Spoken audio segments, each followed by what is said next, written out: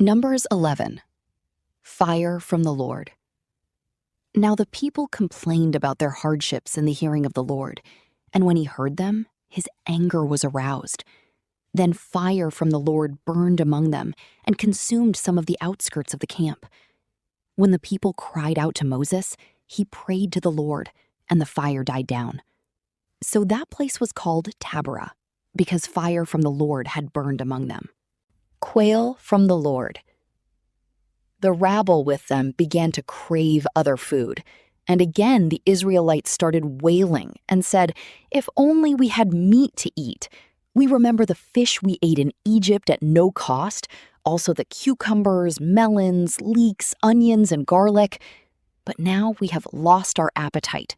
We never see anything but this manna." The manna was like coriander seed and looked like resin. The people went around gathering it and then ground it in a hand mill or crushed it in a mortar.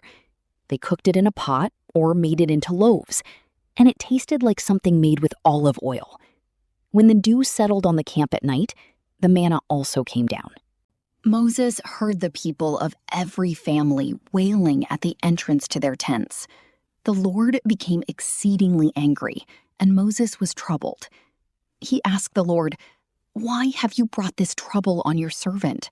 What have I done to displease you, that you put the burden of all these people on me? Did I conceive all these people? Did I give them birth? Why do you tell me to carry them in my arms, as a nurse carries an infant, to the land you promised on oath to their ancestors? Where can I get meat for all these people? They keep wailing to me, 'Give us meat to eat.' I cannot carry all these people by myself. The burden is too heavy for me.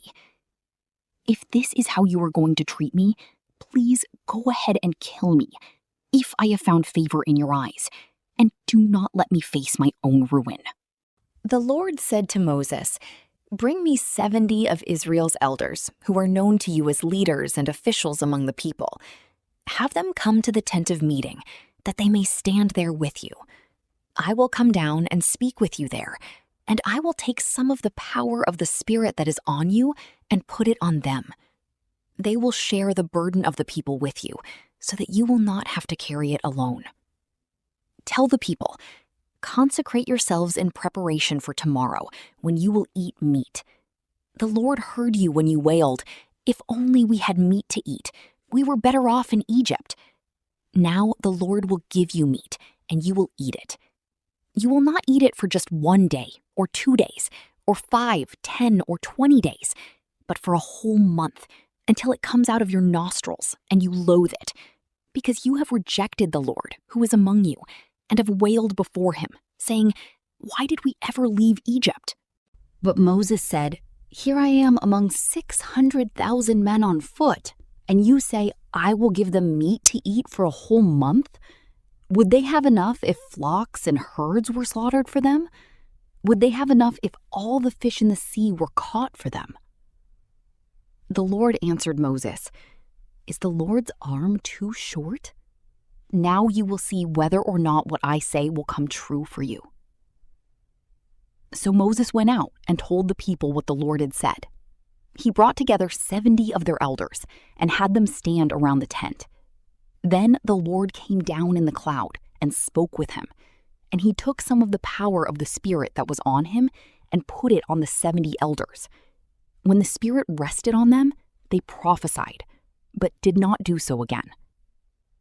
However, 2 men, whose names were Eldad and Medad, had remained in the camp. They were listed among the elders, but did not go out to the tent. Yet the Spirit also rested on them, and they prophesied in the camp. A young man ran and told Moses, 'Eldad and Medad are prophesying in the camp.' Joshua, son of Nun, who had been Moses' aide since youth, spoke up and said, 'Moses, my lord, stop them.' But Moses replied, 'Are you jealous for my sake?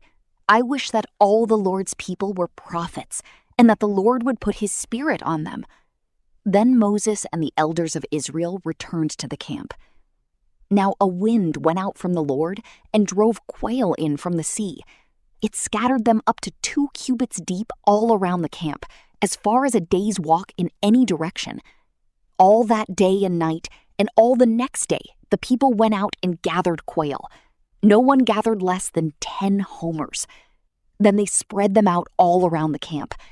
But while the meat was still between their teeth, and before it could be consumed, the anger of the Lord burned against the people, and he struck them with a severe plague. Therefore, the place was named Kibroth Hattaavah, because there they buried the people who had craved other food. From Kibroth Hattaavah, the people traveled to Hazeroth and stayed there.